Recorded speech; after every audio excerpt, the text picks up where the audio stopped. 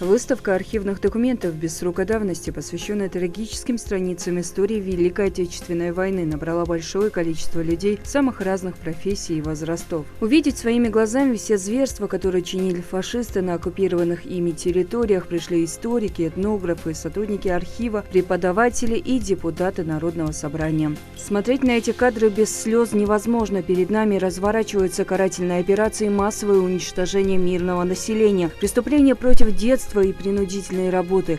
Каждый стенд посвящен определенному региону из северокавказских республик. Здесь только Ставропольский край. В 2018 году в рамках подготовки к 75-летию празднования Великой Отечественной войны было принято решение о создании экспозиции и выставки, которая пройдет по всей России, в котором отражаются зверства нацистов на оккупированной территории Советского Союза. Есть и документальные фотографии о расстрелах детей, о пытках женщин, стариков, о расстрелах и тех, кто сотрудничал с партизанами.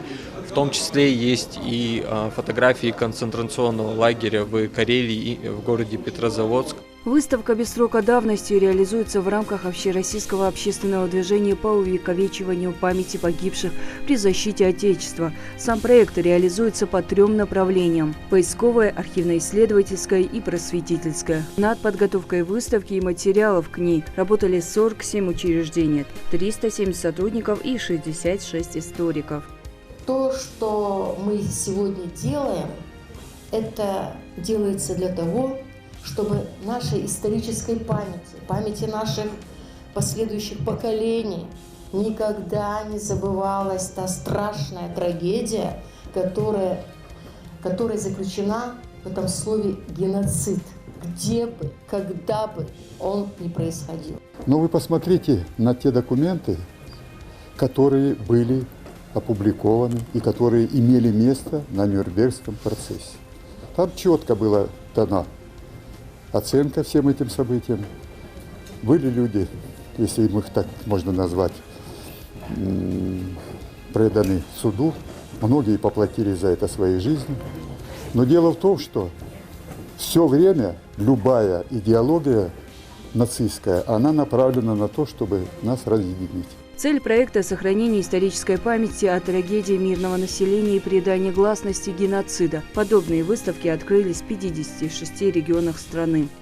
Это очень масштабный проект, как здесь было сказано, он реализуется непосредственно под патронажем президента страны Путина, реализуется в рамках деятельности Всероссийского поискового движения.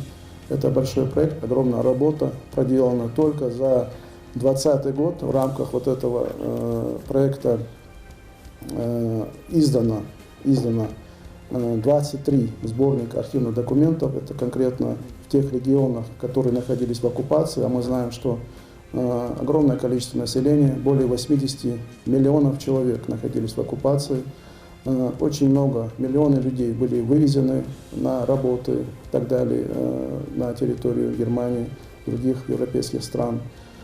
Очень много, миллионы людей погибли за стенках концлагерей. Соответственно, те регионы, которые больше всего пострадали, которые были в оккупации, где имеются эти документальные свидетельства, они издали такие сборники архивных документов. Историческая правда без срока давности – то, что нужно помнить и не забывать. Познакомиться с выставкой смогут все желающие. Она продлится до конца месяца.